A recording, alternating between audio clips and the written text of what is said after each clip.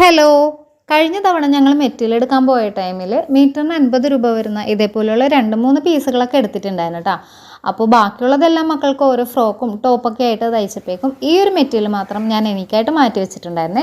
അപ്പോൾ നമ്മൾക്ക് daily wear ആയിട്ടൊക്കെ യൂസ് ചെയ്യാൻ പറ്റിയ ഫ്രോക്കായിട്ടോ അതല്ല ടോപ്പായിട്ടൊക്കെ ഉപയോഗിക്കാൻ പറ്റിയ ഒരു മോഡലാണ് ഞാനിപ്പോൾ ഇതിൽ ചെയ്തിരിക്കുന്നത്.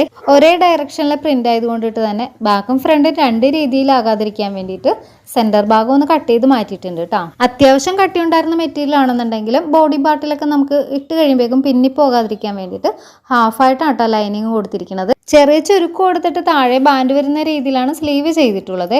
പിന്നെ ഇതിൻ്റെ ഫ്രണ്ട് പോർഷനിലാണെന്നുണ്ടെങ്കിലും താഴെ ഓപ്പൺ കൊടുക്കാൻ വേണ്ടിയിട്ട് തുണിയുടെ തേരുവശം സെൻറ്റർ ആക്കിയിട്ടാണ് ഞാൻ കട്ട് ചെയ്തെടുത്തിട്ടുള്ളത്. അപ്പോൾ ഇങ്ങനെ ചെയ്യുമ്പോഴേക്കും നമ്മൾ സെപ്പറേറ്റ് ആയിട്ട് കട്ടിംഗ് ഒന്നും കൊടുക്കേണ്ട ആവശ്യം വരണില്ല.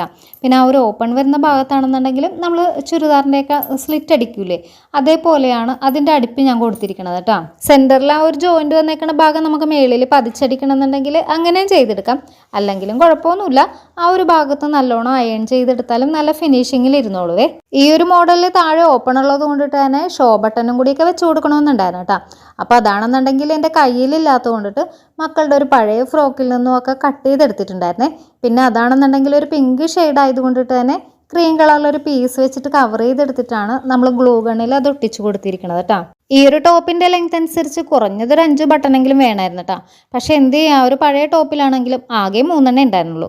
പിന്നെ ഉള്ളത് കൊണ്ടിട്ട് ഞാൻ ഇതുപോലെയൊക്കെ ചെയ്തെടുത്തിട്ടുണ്ടേ. അപ്പോൾ സ്റ്റിച്ചിങ് കഴിഞ്ഞിട്ട് ഈ ഒരു ഡ്രസ്സിൻ്റെ ഫൈനൽ ലുക്ക് കണ്ടിട്ട് ഒന്ന് അഭിപ്രായം അറിയിക്കണേ.